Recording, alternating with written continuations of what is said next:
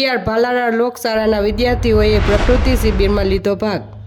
Palitana forest range વન્યજીવન વિભાગ દ્વારા આયોજિત પાડેરિયા મુકામે પ્રકૃતિ શિબિરનું આયોજન કરવામાં આવ્યું હતું, જેમાં શ્રી BR ભાલાળા લોકશાળા દુધાળાના વિદ્યાર્થીનીઓએ ભાગ લીધેલ। આ શિબિરમાં વન્યજીવોના સંરક્ષણ અંગેની માહિતી, ટ્રેકિંગ વિડીયો લેક્ચર દ્વારા પાલીતાણા ફોરેસ્ટ શેત્રુંજી વન વિભાગ દ્વારા વિદ્યાર્થીઓને 3 દિવસ માહિતી આપેલ।